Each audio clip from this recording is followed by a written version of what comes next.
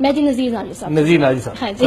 پہلی بات تو یہ ہے کہ واٹر کرائسس جو ہے نا، یہ ہمارے جو پالیسیاں ہیں ان کے نتیجے میں پیدا ہوا ہے. یہ آج خود کوئی کرائسس نہیں. ہمارے درمیان سندھ طاس معاہدہ موجود ہے اور ڈاکٹر صاحب کو چاہیے کہ وہ اس کی کاپی یہاں رکھیں اور طلبہ و طالبات کو پڑھائیں تاکہ ان کو معلوم ہو کہ اصل چیز کیا ہے. یہ معاہدہ ہوئے کوئی 40 سال سے زیادہ کا عرصہ ہو گیا. ان 40 سالوں میں ممبئی کی جو ٹیررزم کا واقعہ ہے اس سے پہلے پاکستان کو کبھی شکایت نہیں. پانی مسلسل آیا ہے، ہمارے حصے کا آیا ہے. ہم نے ایک فارمولہ طے کر رکھا ہے.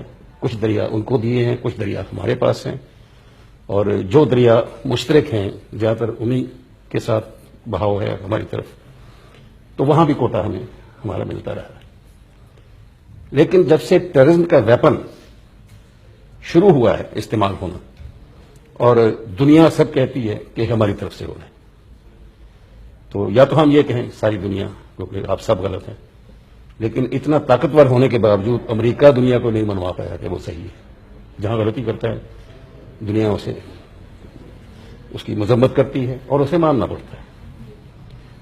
ہم اتنے طاقتور نہیں ہیں. اگر ہوں بھی تو ہمیں یہ رویہ نہیں رکھنا چاہیے کہ ہم کہہ دیں نان اسٹیٹ ایکٹر ہیں، فلاں ہیں فلاں ہیں. یہ حقیقت ہے کہ ہمارے ہاں ٹیررسٹ موجود ہیں. یہ حقیقت ہے کہ ہمارے ہاں ٹریننگ کیمپس ہیں. یہ حقیقت ہے کہ ہم پاکستان کی جو سب سے بڑی ایکسپورٹ ہے وہ ٹیررزم. تو اس صورتحال میں ہمیں دیکھنا یہ ہوگا کہ مسئلہ پانی ہے یا مسئلہ انڈیا پاکستان ٹینشن ہے.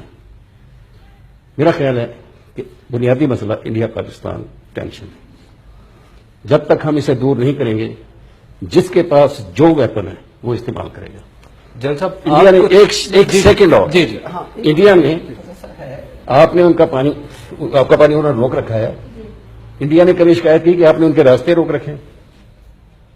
انڈیا کا یورپ سے راستہ آپ کے یہاں جاتا ہے، سینٹرل ایشیا کو آپ سے جاتا ہے، رشیا کے ساتھ اس کی بہت ٹریڈ ہے، وہاں جاتا ہے. آپ ان کو راستہ نہیں کھول کے دے رہے. ان کے اس راستے سے انہیں بہت اکنامک فائدے ہوتے ہیں، آپ کو بھی ہوتے ہیں. آپ کے کام ان کے زیادہ ہیں، آپ نہیں کھول کے دے رہے.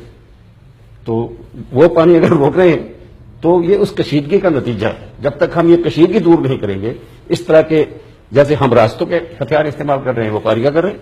پاکستان کے اندر جتنی ٹیررزم ہو رہی ہے میرا خیال ہے دنیا کے اور کسی ملک میں نہیں ہو رہی. تو اگر پاکستان کی حکومت، ریاست یا جہاں ان کا خیال ہے پاکستان کی افواج اگر روکتی تو سب سے پہلے ان کو روکیں گی، اور اگر ان کے روکنے کے باوجود ہو رہا ہے تو پھر یہ ہو رہا ہے. آپ جنرل صاحب میں باب بتاتے بتاتے مر جاؤں تو اس میں کسی کا کیا قصور ہے؟ ہم نے ٹیررسٹ تیار کیا، بھابے پڑ گئے.